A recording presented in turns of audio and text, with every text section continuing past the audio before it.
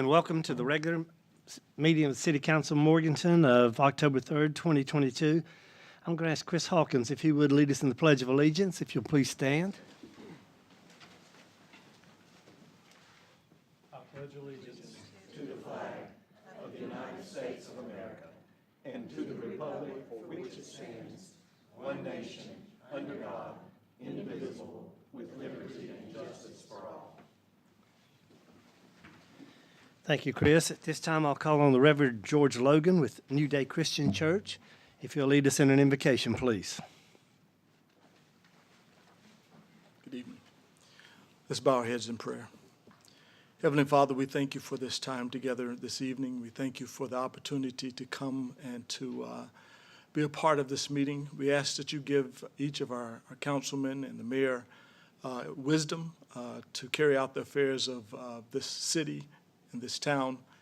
And Father, we pray that your grace would abound here in such a way that everyone would know that this is indeed a very wonderful place, even the most loving place on earth to live.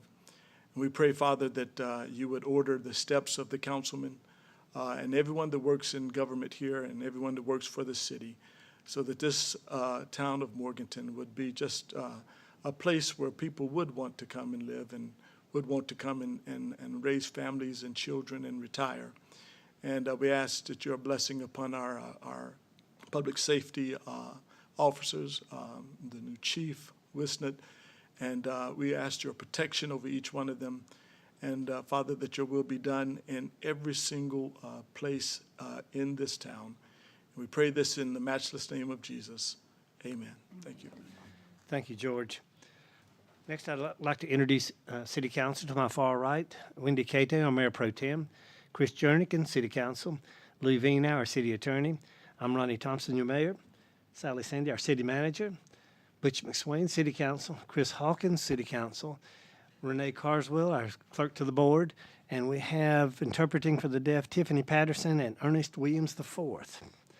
First on our agenda is a retirement resolution. I'd like to read that resolution, please.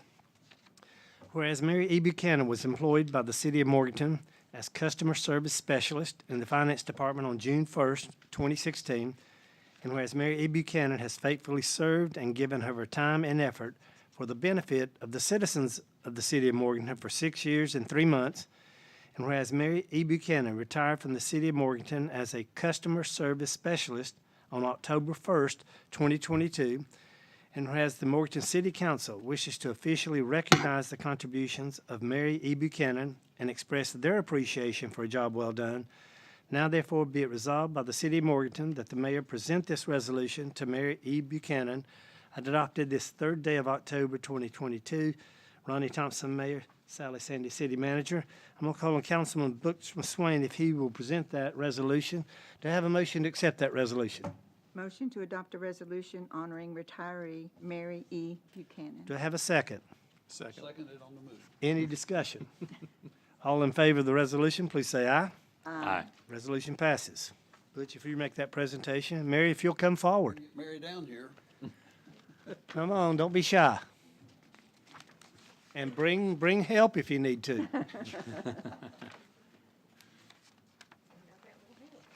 I like that Mary, shirt. I love the shirt. It says it all. It does, doesn't it? And we're gonna miss you. Thank you very much for all you've done. I think I got to know you during the Public Safety's Yes. Citizens University And or everybody knows whatever how I that feel was. about And public it was safety. great. It really was. But congratulations. Enjoy. It's I the main know, reason but right that's there. Yes. Thank you. Mary, would you like to say something? I have, Yeah. I have worked at a lot of places, been very happy at everywhere I've worked at a lot of years, and I believe I've been most proudest of this job, and that's what makes it hard leaving it, because I have been very, very proud to work for City of Morganton. Anybody should be. Thank you so Thank much.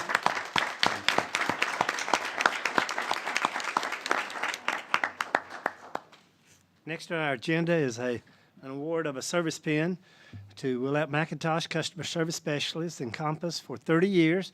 I'm going to call on our Mayor Pro Tem, Wendy Cato, if she'll make that presentation. If Willette will come forward, please. Come on down.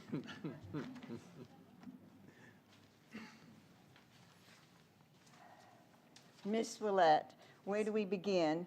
30 years, were you about 15 when you started here, Exactly. correct? Right, right. How many hats have you worn?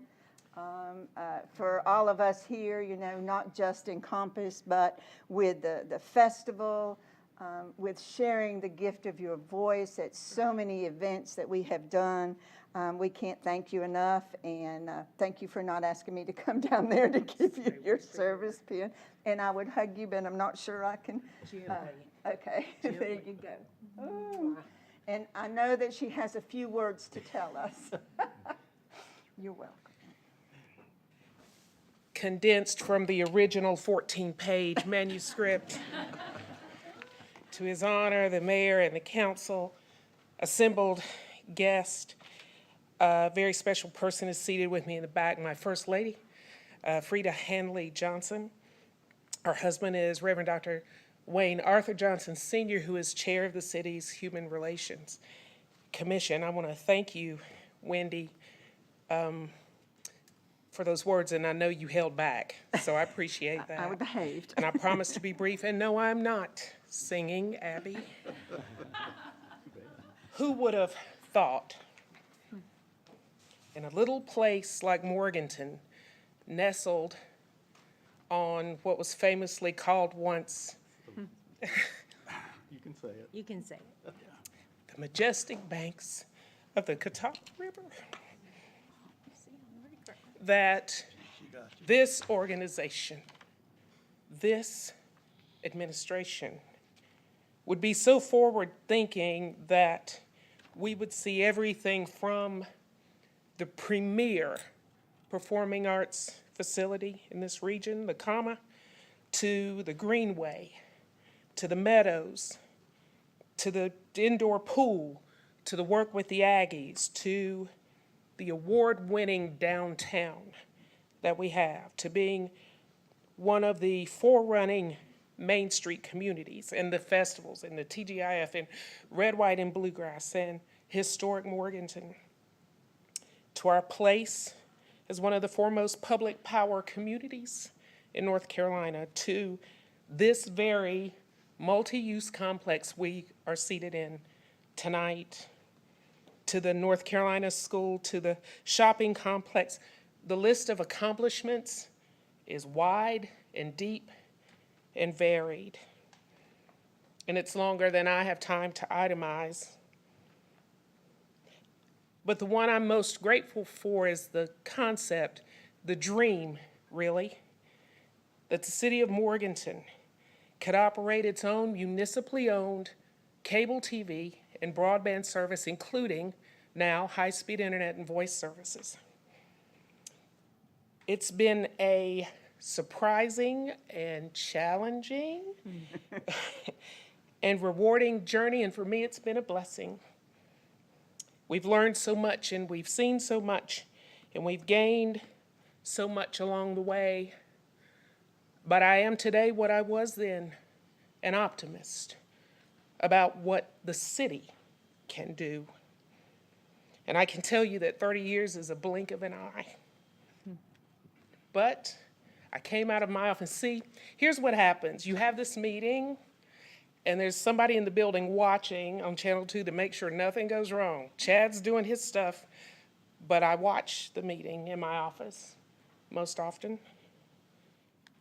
And I came from that office to tell you this. There is more to do. There's plenty more to think about. There are plenty of things to be improved upon. And there's much more for us to provide so that Morganton will be, as my longtime friend, Pastor Logan, always says, the most loving place on earth. So before I get any more emotional than I already am,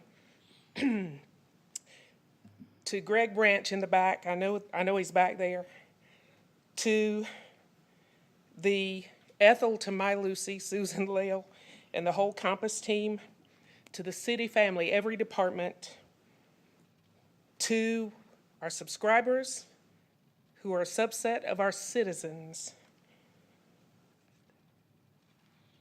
and to someone who herself has been a trailblazer for women in leadership in local government. And Chief Jason, she's been my partner in crime. To Sally Sandy, and to all of you, I say thank you. I say God bless you. May God continue to bless the city of Morganton. And I quoted my father, so now I'll quote my mother. To God be the glory. Thank you.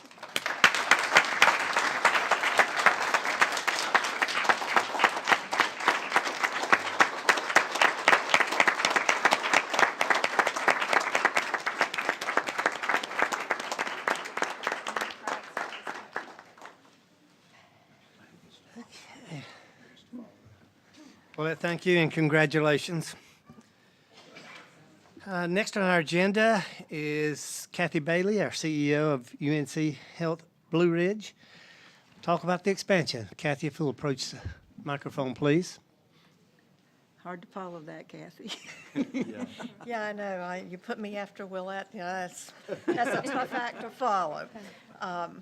But I appreciate the opportunity to come and kind of keep you up to date on some things that are happening with Blue Ridge, tell you a little bit about where we are today, how we got there, and where we're heading in the future. So as part of UNC Health, we serve North Carolina every day, and you can see the footprint of UNC Health as it goes from one end of the state to the other. So who is UNC Health Blue Ridge? We are Blue Ridge Healthcare Hospitals, and that consists of two campuses, our Morganton and our Valdez campus. We own the beds and we own the buildings for Grace Heights and College Pines, although they are operated by Sandstone. We own Grace Ridge Continuing Care Retirement Community. We own Pfeiffer Wellness Center, and as of November 1st, it will now become the Pfeiffer Family YMCA through a partnership with UNC Health Blue Ridge and the YMCA, so we're very excited about that. We own and operate Blue Ridge Radiology out on Highway 321. We have one ambulatory surgery center, that's Carolina Digestive Care, and we own and operate over 45 physician practices in 3 counties, Burke, Caldwell, and McDowell. So when you look at us by the numbers, the 2 hospitals are licensed for 315 beds. We have long-term care beds of 285. That's 100 at College Pines, 120 at Grace Heights, and 65 medical or skilled nursing beds at Grace Ridge. Grace Ridge has about 225 residents. We employ around 2,000 people in our system, and we have a medical staff of over 250. We are locally governed by a local board of directors. You probably know most of these folks that have served our organization and community for a large number of years. And I get questioned a lot, you used to be with Atrium, why did you make the change? Well, we joined Atrium, then Carolina's healthcare system, in 1999. We were the first hospital to become a part of Carolina's healthcare system outside of the ones that they owned. We entered a management agreement. Now, contrary to popular belief, Carolina's healthcare, or Atrium, did not own us. It is a management agreement. They owned Valdez Hospital, but in 2012, they gifted that back to the community. So Valdez and Grace Hospital at the time merged to become Blue Ridge Healthcare, and we had a management agreement with Atrium Health. It was an extremely strong affiliation. We were on all of their IT platforms for clinical and business integration. And in 2014, we adopted their brand and became known as Carolina's Healthcare System Blue Ridge. That was a DBA, it was not an ownership. In the last 5 years, we've seen a change in direction with Atrium. They had, when we joined and when we actually left, they had 14 regional facilities. When we left, they were down to 3 regional facilities. They were changing their direction to acquire large healthcare systems throughout the Southeast United States. It's not right or wrong, it was just a change in their mission and their vision. They have recently announced that they are going to merge with Advocate Aurora in the Midwest. So they have grown beyond North Carolina, beyond the Southeast U.S., and they're now going to more of a national model. So our board felt like that didn't really fit who we were. So enter our opportunity with UNC Health. We've been in a relationship with them a little over a year and 2 days. It is a management agreement. UNC Health does not own us. We did adopt their branding so that we do have a DBA, UNC Health Blue Ridge, and we did that because in May of 21, the U.S. News and World Report stated that UNC Health was the second most trusted healthcare brand in the country. So we felt like that brand was valuable to who we are. The other thing is that the NC portion of UNC is never going to change. Their focus will be on North Carolina. They also focus on community and rural health care. Of the 16 hospitals they own or manage across North Carolina, 2 are large tertiary facilities, and that's the main hospital on the UNC campus and Rex. All the others look very similar to Blue Ridge Healthcare. And the most exciting thing to us is when we did this, they want Blue Ridge to be their hub for their mountain region. They are starting to regionalize their care across the state. We will be the first region that they develop, and Blue Ridge will serve as their hub. So what does that mean? We'll start, and we're in the very, very early stages of identifying what specialties we currently have and what specialties are needed in this community. As we start bringing those services to this community, we will start offering some tertiary level services. That's never been done in this region before. So don't ask me which tertiary level. We don't know yet. We're still in the identification process, but that's exciting. That will allow the people that we serve to get a higher level of care close to home. We implemented their IT platform, Epic, at UNC. It is considered best of breed when you look at electronic healthcare records. We are in the process of applying to become a Level 3 trauma center. This is a state designation that is accredited by the American College of Surgeons. It will allow us to become the recipient site of trauma patients that are picked up in the field. By law, they're supposed to take them to the closest appropriate trauma center. Right now, Carolinas Medical Center in Charlotte, Wake Forest Baptist are Level 1 trauma centers, and Mission is a Level 2. So this will allow us to become a Level 3. We're also, as part of that, and I'll talk about our patient tower in a few minutes, but there will be a helipad on the roof of the patient tower. Now that's big doings for Burke County. We're also recruiting a trauma surgeon. We've already recruited and have hired a trauma manager and our trauma registrar. So this is about a 24-month period. It doesn't move quickly. We'll start submitting data and proving that we have the facilities and the services to receive that designation and accreditation. We're also expanding graduate medical education. How many of you know that we are a teaching facility? We have 36 medical residents and fellows at our facility every single year. These are people that have completed their medical school and they're now doing their residency training. We have an internal medicine residency, we have a gastroenterology fellowship, and a gerontology fellowship. And the board just approved last month us to move forward with Campbell School of Medicine to begin having their medical students here. So it's amazing that we have the opportunity in Burke County to train our next generation of providers.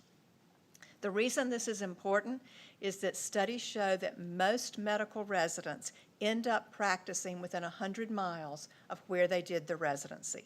So this allows us to grow our own and to retain these providers to provide health care to all of us. Our new construction projects, this is extremely exciting. On the Valdez campus, we are building a $38.3 million new cancer center, 34,000 square feet. In this cancer center, we will have 2 new linear accelerators, 18 infusion chairs, 6 private infusion rooms, 12 exam pods, and then therapy and group space. We did the groundbreaking on that May 18th of this year, and it is projected, according to the contractors, that we will be able to open this in fall of '23. So far right now, it's moving along pretty good. Other exciting construction project is here on the Morganton campus. It is a $118 million capital project, 227,000 square feet. It is a new 6-story patient tower located over by the existing emergency department. In this tower, we will have a brand-new emergency department on the ground floor. The second floor will be shell space for future use. The third floor will be a 30-bed intensive care and progressive care unit. The fourth floor is mechanical space, and fifth and sixth are shell space for future use. And as I said earlier, up on the rooftop will be our helipad. We held that groundbreaking June 28th, and what they tell us, according to the contractors, is that that will be open in fall of 2024. Blue Ridge, like every healthcare system across the country right now, has financial challenges. In 2021, we had gross revenue of $1.1 billion. We had net revenue of $300 million. So what happened to that $800 million difference? And this is a typical healthcare finance story for every facility across the country. All of that revenue is written off in what we call allowances and adjustments. 53% of that $800 million was Medicare, 16% Medicaid, 20% managed care, 7% charity care, and 4% bad debt. So what that means is that when you come to us for services, if the charge is $100, your insurance company says, no, we're only going to pay the hospital $60. So that's how that stuff gets written off. But the interesting thing about that is that even with all of that difference, it cost us $820,000 a day to run your healthcare system. It is a true economic engine for this community. But more important than that, we want to be and hope that we are the healthcare provider of choice to the communities that we serve. We've seen our capabilities and our services continuing to grow. What I just shared with you is, again, us moving forward leaps and bounds, and our goal is to be the provider of choice or to be the conduit to a higher level of care if we can't offer that service. Thank you very much.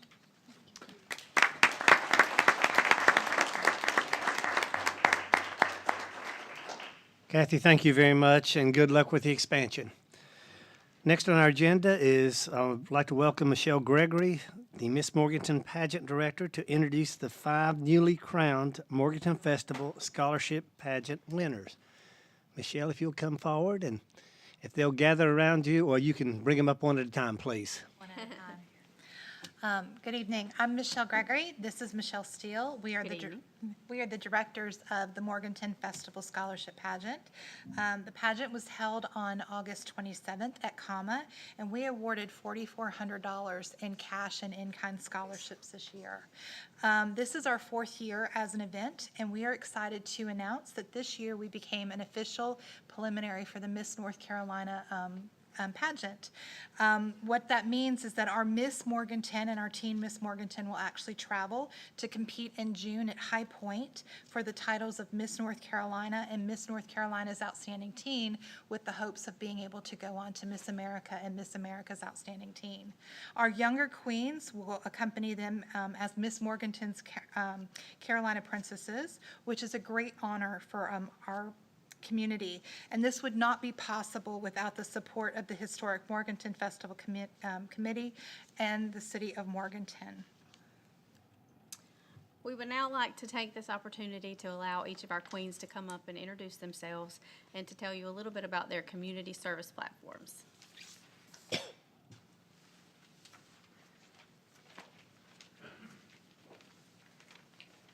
Good evening, everyone. I'm Kimber Wilson, your ambassador queen for this year, and my platform is the Forget Me Not platform, something that's very close to my heart. It's a program to raise awareness for Alzheimer's, and it's represented, symbolized by the flower Forget Me Nots.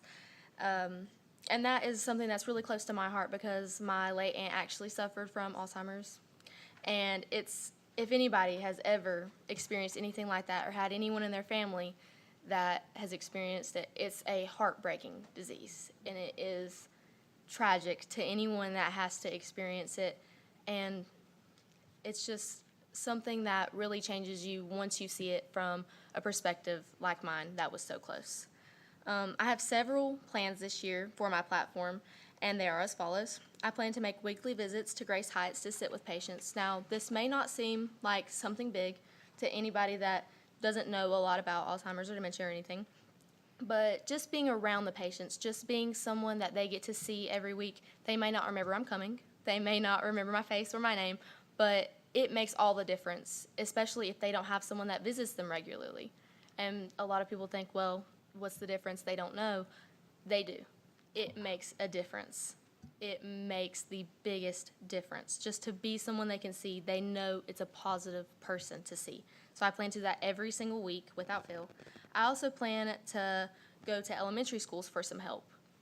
Now, I just wanted to tie this together because our younger generation and our older generation, there is a big divide. It may not seem like it, but there is.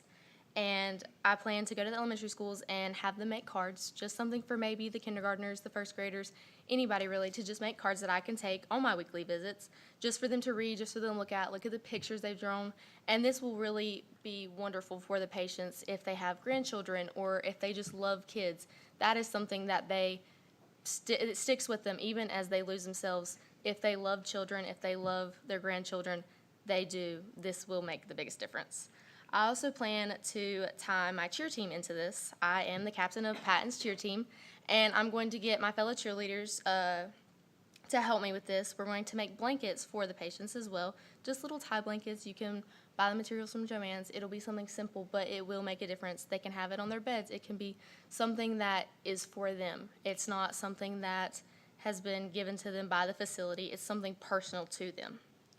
And I'm just so grateful and excited to represent not only my aunt, Marlene Rusbasell, but also the beautiful town of Morganton throughout my reign. And I look forward to a wonderful year as your ambassador queen. God bless Morganton.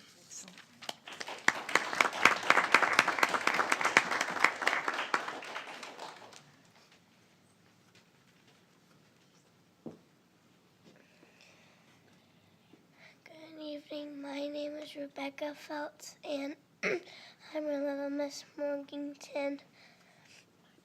My platform is Stop Bullying. Everybody deserves kindness and love, no matter your looks, race, or social standings. Stop bullying. Thank you and have a good evening. Very good.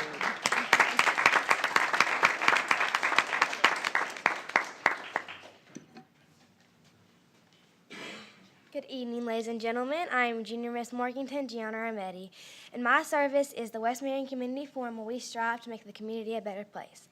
Also, the Golden Girls Club, which is my school club, where we do random acts of kindness every week, and we like to spread kindness throughout our school. Also, we like to raise awareness for bullying in our school and in our county. We are working on making a Golden Girls Club in every school in our district and county. I'm looking forward to spending the year with these wonderful ladies. Thank you.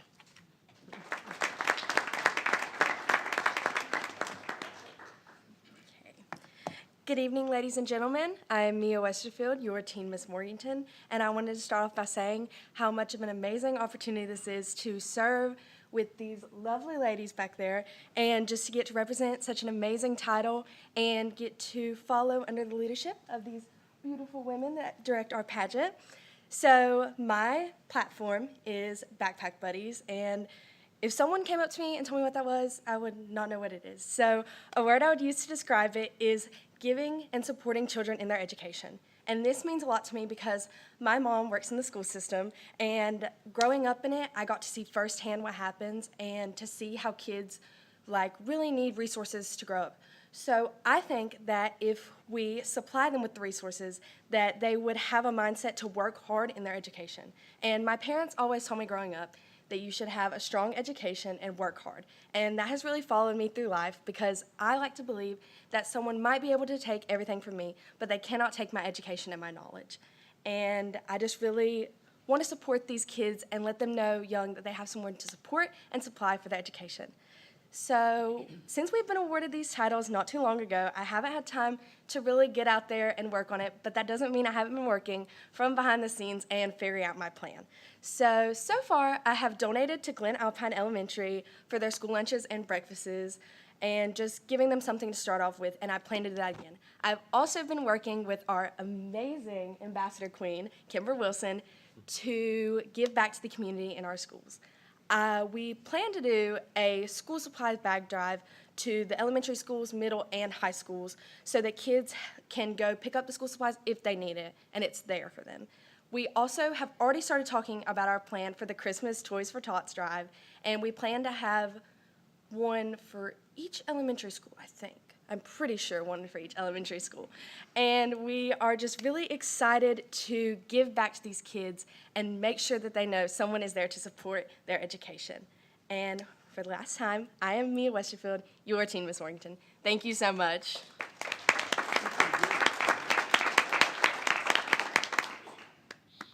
Good evening. I'm Lainey Reese, your Miss Morganton. My platform is Adopt, Don't Shop. My initiative is to help raise awareness for the shelter animals in my community. I currently have a free pet food pantry box located at Stidham's Axe Throwing for people to give or take what they need to help feed the cats and the dogs in this community. I am currently working on starting up a T&R program, which stands for Trap, Neuter, and Release, and this will help stop the overpopulation of animals in the streets and in the shelters. I am also holding a blanket drive for Burke County Friends for Animals to donate blankets for the colder months. I look forward to a wonderful year with my sister queens, making a difference in this community and representing the city of Morganton at the Miss North Carolina Scholarship Pageant. Thank you.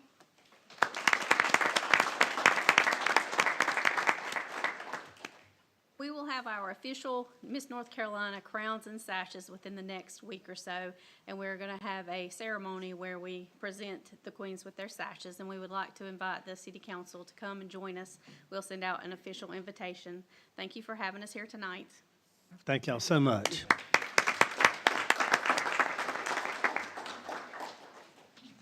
Next on our agenda is a proclamation. I'd like to read that proclamation for Public Power Week. Whereas public power is a crucial component in the city of Morganton, contributing to the overall health of our community by providing reliable electricity, excellent local service, and prompt restoration of service.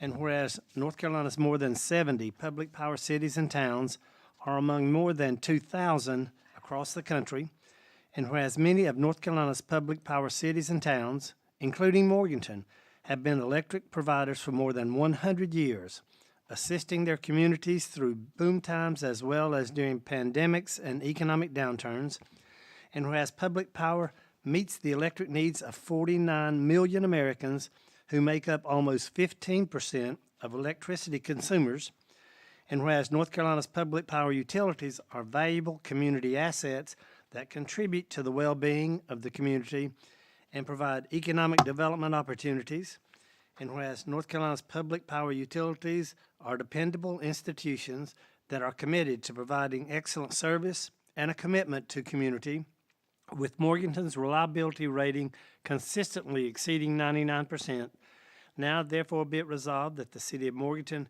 hereby proclaim October 2nd through the 8th, 2022 as Public Power Week in the city and commends its observation to all citizens. This is a week to promote and celebrate the city of Morganton as a public power community, and be it further resolved that the city of Morganton will join with all public power systems in the United States in this celebration of public power, adopted this third day of October 2022. Ronnie Thompson, Mayor. Sally Sandy, City Clerk. To have we don't need a motion to accept the proclamation. I'll ask Brooke Kirby if he'll come forward and Chris Jernigan if he'll present that proclamation, please. Brooke, I don't know if you noticed or not, but when Willette was giving her speech, she even mentioned I heard the that. power of mortgages. I don't know if there's anything I can add to that when Willette announces it and recognizes you. That's enough said. But we do appreciate you and all your staff. Thank you very You're kind of much. the unsung heroes a lot of times. When, you know, we flip on the switch and the light's there, but when it's not there, I get calls. you get called. We appreciate the way your team always responds. Well, Thank I you. appreciate it so much. Thank Thank you.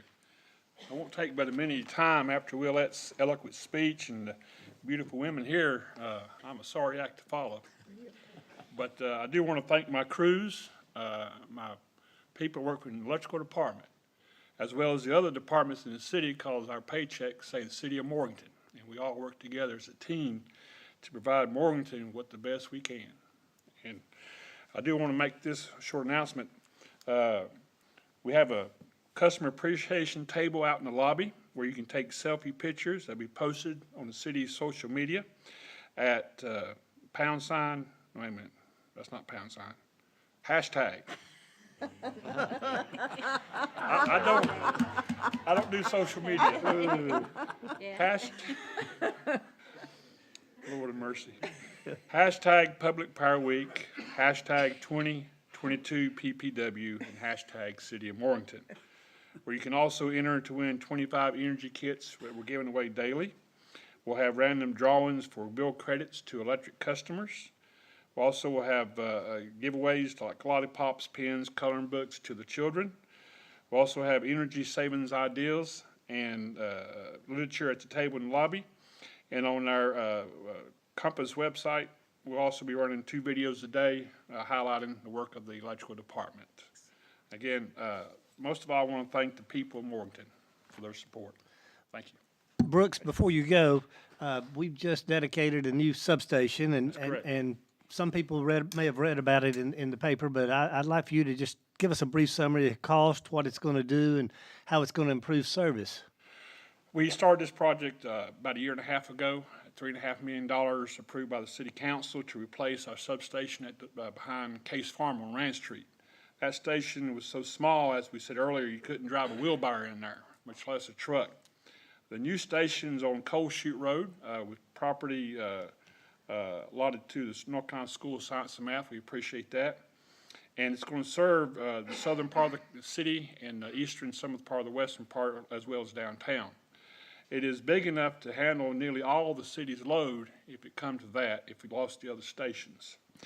We are in the final stages of calibration and getting the equipment set up, and Lord willing will be done and have power transferred over sometime in November or late October, at which point we'll tear down the old station behind Rand Street and give it back over to Duke. Thank you so much. Great job. Your crews were phenomenal. So Appreciate thanks. it. Thanks so much.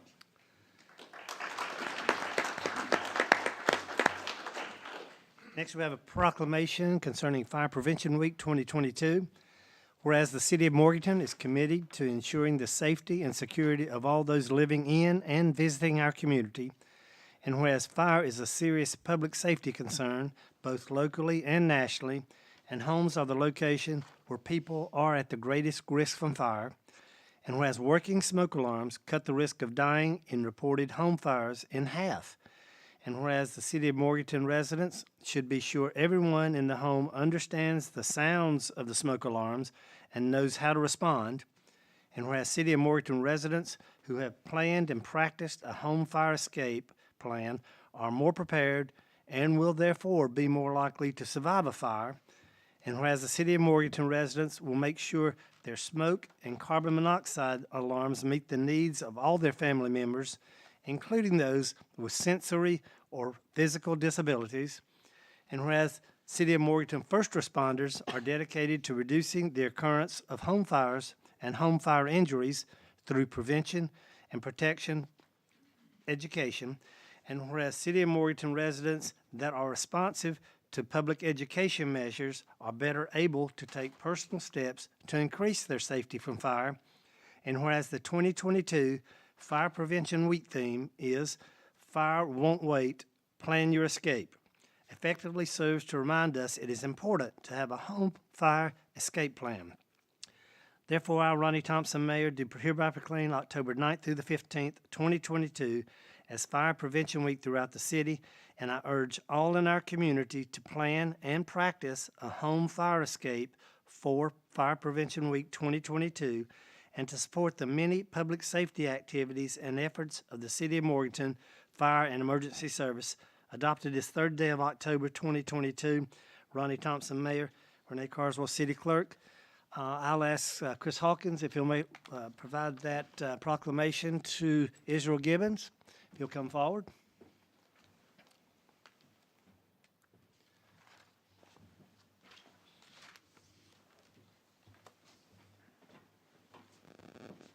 Dr. Gibson, thank you so much for all you and all our public safety officers do to help keep us safe.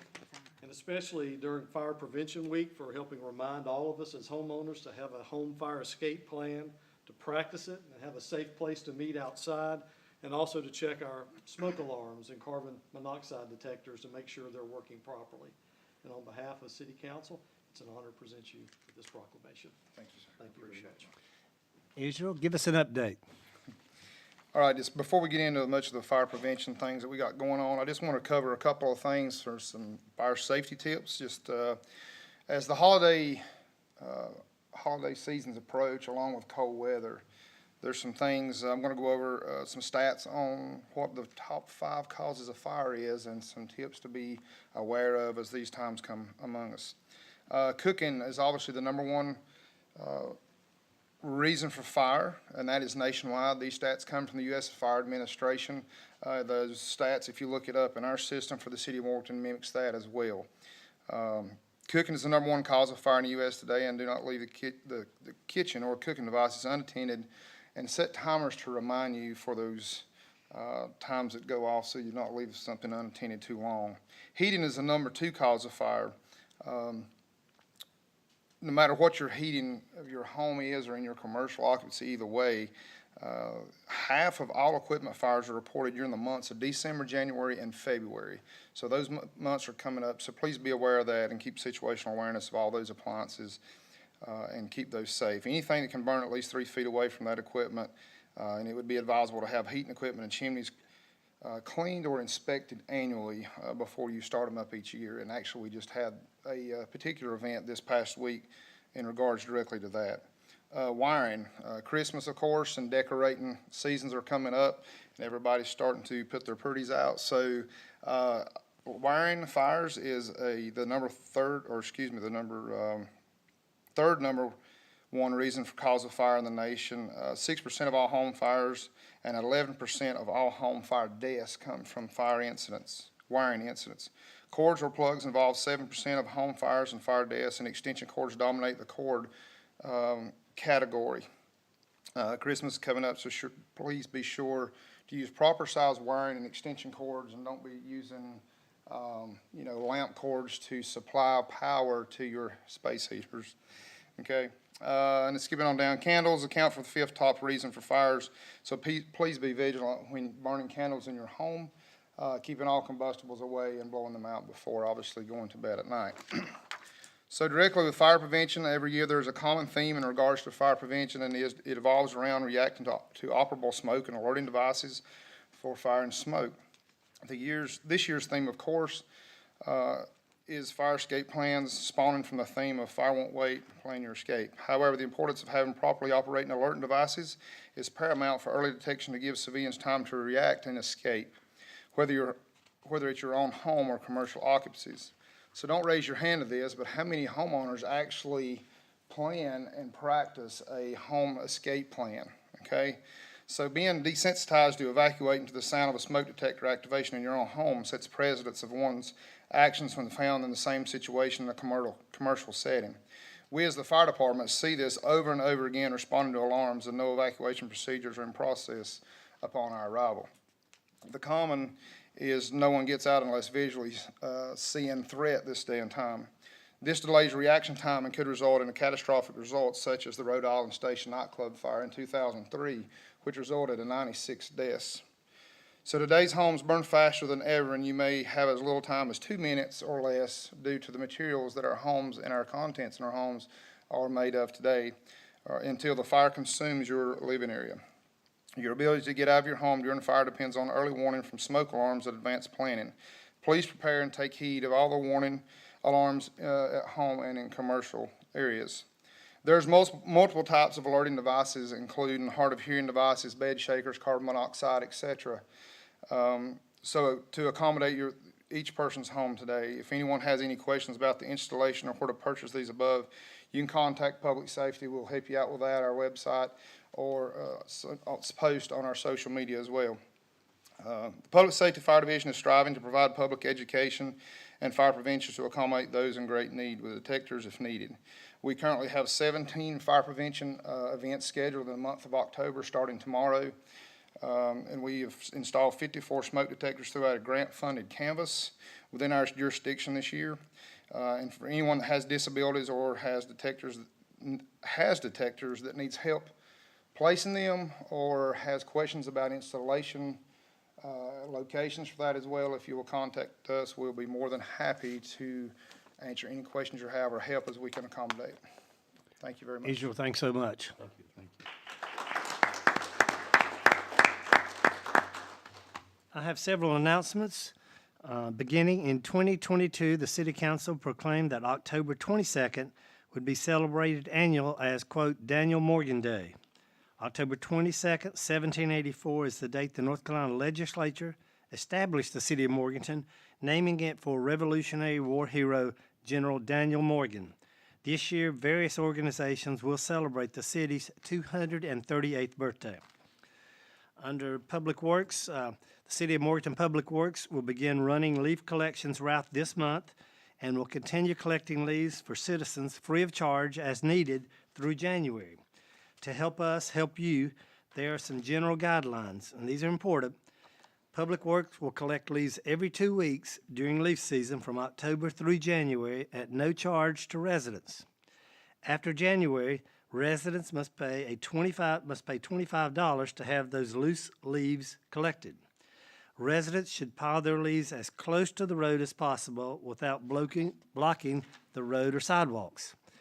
If your vehicle is parked on the side of the street, blocking the leaf pile, or making it difficult to pick up without damaging your vehicle, your leaves will not be collected.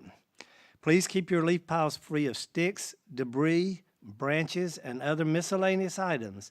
If your leaf pile contains sticks, debris, branches, or other items, your leaves will not be collected, as collecting these leaves with a leaf truck can damage the truck and take it out of service. And sadly, we've had that happen a couple of times. Yes, we have. A leaf truck costs how much now? I don't even know how much. About $350,000. They are expensive, and we ask you, please just make it leaves, nothing else. Under upcoming events in downtown City Hall, Farmers Market continues in October. Saturdays from 8 to noon at 300 Beach Street. Wednesdays from 11 a.m. to 2 p.m. at the Mini Market at 111 North Green Street. The MADE competition, which is the Morganton Art, Design, and Engineering competition, is going to be Friday, October the 21st from 8 to 5 p.m. at the historic Courthouse Square. Halloween Spooktacular is going to be Monday, October 31st from 3 p.m. to 5 p.m. at the historic Courthouse Square. We have Art in the Park with a mixed media from a visual arts from Caldwell Community College and Technical Institute. His work combines a variety of disciplines and will be displayed at City Hall during the months of October and November. The Comma Performing Arts Center on Thursday, October the 6th, is going to have Luca Stricanoli, who is Italian guitar prodigy. On Thursday, October 27th at 7:30, Lone Star will perform. Under Recreation Department, on Friday and Saturday, October 7th and 8th, will be Plow Days at Catawba Meadows Park from 9 a.m. to 6 p.m. And Friday, Saturday, October 21st through the 22nd, will be Spooky Meadows at Catawba Meadows from 7 o'clock to 10 p.m. Okay. Next on our agenda, I believe, is Public Power. It is, and we've heard about Public Power Week on Thursday night this week. Several of us will travel to Statesville for a regional meeting with the Electricities Group. Next on our agenda is the consent agenda. Sally, I think we have 4 items. Could you cover those, please? Absolutely. Those items include minutes from the September 12th meeting, tax releases in the amount of $1,213.72, and then a utility agreement with DOT for relocation of water lines associated with the Heartland Road Bridge project, and then a contract to update the existing electric substation communication system. This would be in the amount of $137,149, and it is within budget. Do any members of City Council wish to have anything removed from the consent agenda? If not, do I have a motion to approve the consent agenda? Motion to approve consent agenda. Do I have a second? Second. Any discussion? All in favor say aye. Aye. Motion passes. Under new business, a public hearing. We're going to have a public hearing and consideration of approval of an alternative design for the City of Morganton's electric substation fencing. Public hearing is now open. I'll ask for any comments. If you'll give us your name. Oh, Do you want Wade Let's to? recognize Wade. Wade, would you please tell us about this? I'm Wade Griffin, the Senior Planner with Development and Design Review. I'm here to present the application for alternative design for the city's new electrical substation located near Coal Chute Road on the campus of the North Carolina School of Math and Science. While the ordinance only allows technically barbed wire fencing on the rear of EID zone properties, in this particular case, because of federal requirements for this type of facility, we have decided to go with the street yard landscaping buffer as well as landscaping around all 3 other sides of the site as a way to do the best we can to meet the intent of the ordinance as is required and is the primary goal in the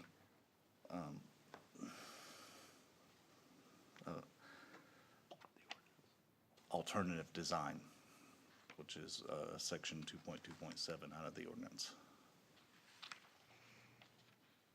Okay, thank you. It is a public hearing. Would anyone like to speak in favor or against this public hearing and the approval of the alternative design? I will tell you too that the Planning and Zoning Commission heard this and recommend approval of it. The barbed wire and the OSHA requirements for that. We did something very similar to this for Rutherford Electric and their new facility. And as you see in the pictures, the landscaping is not done yet because the contractor has to come back and do that and was waiting for the fall. And it's also, I think, worth noting that in addition to securing our incredibly valuable electric substation, the way this terrain is, where it's located sits, there's an enormous hillside, and the top, above the fence is, 30 feet at least above the level below. So there's a safety. It's not just protecting our stuff, it's protecting the public from injuring themselves trying to get in there if they were so inclined. So some kind of super security is needed here. Anyone wishing to speak? If not, public hearing is now closed. What's the wish of council? I'll make the motion to adopt an ordinance, the effect of which reflects the decision of City Council to approve the proposed alternative design as outlined in Section 2.2.7 of the City of Morganton zoning ordinance for construction of the new fences as recommended by the Planning and Zoning Commission, with approved implementation of landscape plan being consistent with the Mission 2030 Comprehensive Plan. Thank you, Butch. I have a motion. To have a second? Second. Thank you. Any discussion? All in favor of the motion say aye. Aye. Motion passes. Next is consideration of approval of a resolution allowing the city to apply for a North Carolina Department of Commerce for a building reuse grant for expansion of a local business identified as Project Phil. Call on Sally. Yes, you all know that we've done quite a few building reuse grants with Commerce, and it's worked great for us to help our local industry to do expansions. This is another one of those. So we have a company that is looking to do a $94 million expansion to anticipate hiring 78 new jobs. Those jobs would meet or exceed the average county wage for industrial jobs. And the Rural Infrastructure Authority has indicated they would accept a grant for $500,000 to go toward the renovation required for this. All that money would be by the state, then Burke County and the city would share the 5% admin cost and split in half the $25,000 required for that, $12,500 each. What's the wish of council? I'll make a motion to approve a resolution allowing application for a building reuse grant in the amount of $500,000 for an expansion or upgrade of a business identified as Project Phil. Thank you, Chris. I have a motion. Do I have a second? Second. Thank you, Wendy. Any further discussion? Sally, so our part will be 12-5, is that correct? That's correct. Okay. Any further discussion? All in favor of the motion, say aye. Aye. Motion passes. Do we have any other business to come before city council? I don't think so. If not, we are adjourned.